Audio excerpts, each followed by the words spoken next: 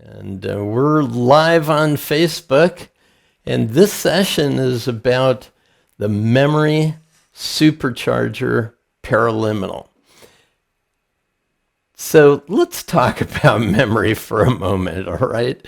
There are a couple of important facts that you need to understand about it. This paraliminal puts you squarely in charge of how your internal memory works. First of all, please understand, there is no such thing as a perfect memory. Those people who seem to be able to have a perfect memory of everything, they're not necessarily very balanced individuals because they also can't forget any single fact that they ever have. So we have natural mechanisms to be able to focus the mind, pay attention to what's important, and be able to retrieve it as necessary. But other than that, really, there isn't any perfect memory. There is a major problem when we have some sort of deficit of memory. Either a memory is slow in coming, whatever it might be. What happens for us is we immediately start putting negative suggestions on ourselves. For example, oh, I'm so terrible at remembering names. Oh, you can tell me your name? I'm never going to be able to remember it. Oh, I'm so awful. Oh, I'm having a senior moment. Well, hold on. What does that mean when people make a joke, I'm having a senior moment? Essentially what they're saying is, my memory is going to decline over time, and I'm experiencing that now. It's only going to get worse. That's my excuse. I'm not going to be able to remember things the way I used to. Stop it. That's not true. Let's understand how memory actually works. We have an internal neural net, and that neural net captures important information. What's not important goes through the net, but what's important gets tied in to that net, and if it's something valuable to you and you need to be able to recall it at a later time, you will build a new thread attaching it, a new neurological thread attaching it to the pre-existing neural network.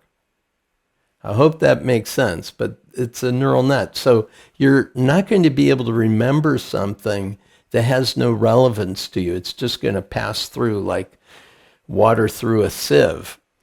The example I often use when I'm teaching memory programs is that there's a town in Mexico, and it's named with the native language of Nahuatl. And the name of the town is Parangaricutirimícuaro. Well, first time you hear that, you're not going to be able to remember it. Even if I tell it to you 10 times, you're still not going to be able to reproduce it. Even Spanish speakers have a very difficult time with it. And the reason that's the case is that it doesn't make any sense. There isn't anything anywhere near it in our pre-existing neural net, so it doesn't stick. We have to build or construct a temporary thread and then work that repeatedly over some time in order to make a firm connection. So you have to be able to call on it again. So think about memory as construction and reconstruction. You construct a memory and then you reconstruct it. And that's what's really important to get about the human brain. There isn't some little hard drive somewhere that you're writing these things to, and all you have to do is access that hard drive and it comes back. No. The way the memory works is you're literally reconstructing an original construction. Every time you remember something, you're reconstructing an original construction. And there's areas in the brain called convergence zones where little random bits of information from all over converge in order to reconstruct that memory. It's also called neural Darwinism, and it's the basis for how the internet works. There isn't one storage bin for all the data on the internet. The idea is that it's actually converging as it's required by your calling on it. So that allows you to recall what you have called upon previously. Now, one of the things that's an absolute killer to memory is stress. Cognitive stress is going to affect your attention, your perception, your thinking, your decision making, your ability to respond, and yes, your memory. So what happens when you're in a situation, you see somebody you know, and you can't remember their names? Immediately we begin, I can't remember their name. I can't remember their name. I can't remember the. Now, as soon as you say I can't, guess what the brain does? Okay, you can't. I'm done. But if you say, I know this person. I was with them a week ago. How strange that it's not coming up immediately. I know this person. It will come to me. Take the stress out. Now, think about it. When do you usually remember somebody's name when you can't remember it at the time? When you're driving away. It's no longer important. And there's no stress. And all of a sudden, boom, there it is. So here's the secret that the memory supercharger Paraliminal gets at. It's how you relate to your mind, how you relate to its amazing memory capabilities. It's very similar to a bank. Remember in the olden days when you used to have to withdraw money from a bank? You'd go in, you fill out a little withdrawal slip, you hand it to the teller, they look up your account, they pull the money out, and they hand it to you. That's how it used to work. This is before ATMs. If you've lived long enough to know what I'm talking about, you get it. The idea is that you make a request of the bank, and the bank goes about gathering all the information in this convergence zone and then gives it to you. I like to use the analogy is that it washes up on the sands of your conscious awareness. So we've got this conscious awareness and we've got this vast non-conscious mind. As Vera Birkenbiel, who did the Memory Optimizer course with me, described it, we've got one little flashlight that shines a beam of about 12, 15 inches in a circle, and we've got an area 11 miles in diameter that we're searching for. But as soon as you turn on that flashlight and request the information, like little bugs to the light, moths to the light, it starts gathering what it is you need to be able to have it accessible to you. And that's the key. Make a request, let it go. So when I teach students, and this is a spectacular paraliminal to use if you need to be able to do well on a test. Basically what you do is you go into the test, you read all the questions and the answers. And, if it's multiple choice, I'm using as an example, you read all the questions, all the answers. Don't try to answer any of them. Now you go back to the first one, read it, read the answers, and you're going to get something like a traffic light, right? It's going to be green, yellow, or red. And if it's red, it's not coming. Don't worry about it. Go on to the next one. What's happened is you've requested the information. Your mind's looking for it. It's not immediately accessible at this moment. That's okay. You get a green light on the next one. You know the answer. Write it down. Get a yellow light on the next one. You might know it. You might try it. If you're not absolutely sure, you can pass on it. And then you come back after answering all of them. You go back to those red lights and you ask the question again of your mind. And what's going to happen is because you have queued up and brought so much of what you've studied to the surface, you've reactivated those neural pathways to the neural net in the areas of memory that you want. So you passed on question 1, but question 23 already opened the file. You had an answer for it. So when you come back to number 1, there it is. It's right there for you.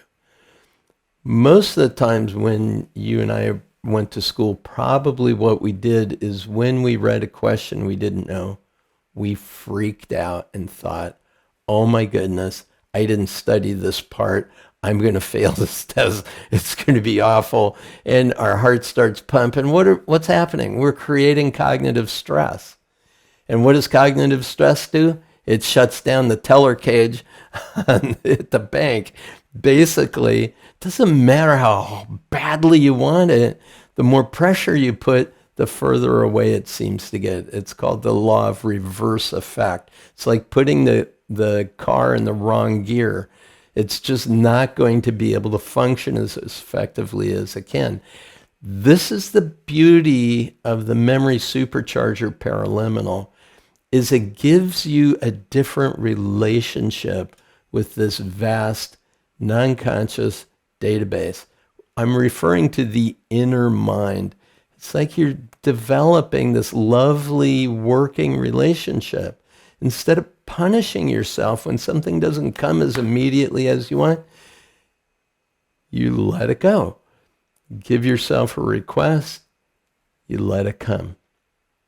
And that's a very important concept.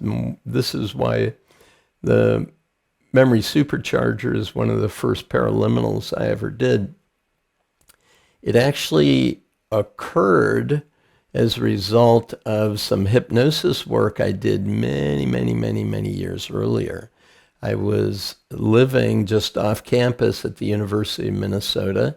I was doing hypnosis sessions in my apartment, and one of the persons I worked with was a student at the university, and he was failing a 4th level calculus course. I had taken 3 semesters of IT calculus, so I could relate to it.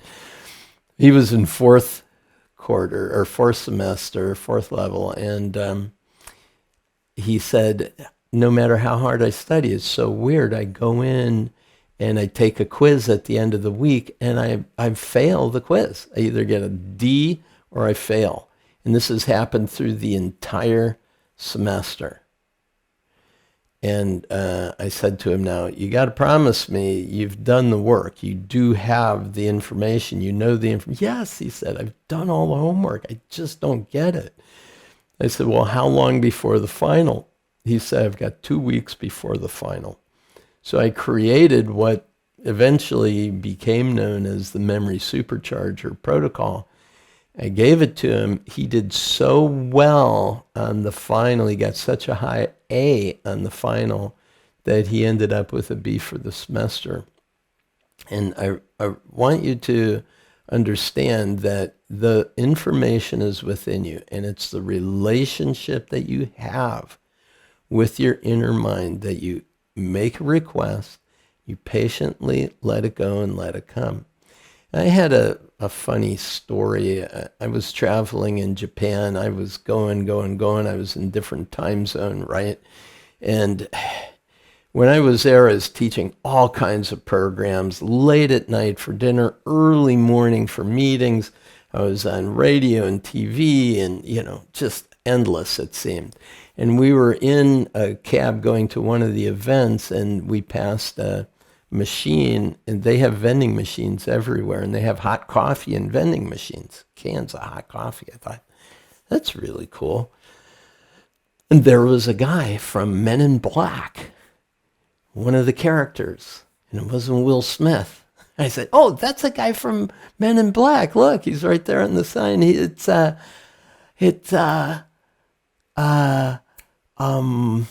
God, what's his name? I know the guy's name. It's so weird. No kidding. Wasn't available. My wife smiled and she said, well, yeah, you'll get it. I said, I know, I'll get it. So every couple of days she'd say, did you remember the name of the guy from Men in Black? I go, it's Johnny Ray something. Oh, no. No, I don't have it yet. Well, it'll come to you. So we kept playing this game. I didn't get it on the way back from the trip. And we were watching a movie about a week later, and that character was in it. And I said, I'm going to remember this guy's name. It's going to come to me. And about 30 seconds before the name on the credits came, I said, Tommy Lee Jones. why? Why? It doesn't matter. But if it's funny, then you realize you can play with it. And so play the game. Another fun example that my wife and I do, we get in the car, we start driving away from the house, and one of us will say, oh, I forgot such and such. And the other will say, that's called remembering. We just happen to remember a little late. So we develop memory strategies before we leave. Instead of saying, is there anything I'm forgetting? We ask, is there anything else I need to remember to bring on this trip? So you see, you start to develop a much more positive working relationship with this fantastic memory bank that you have within you.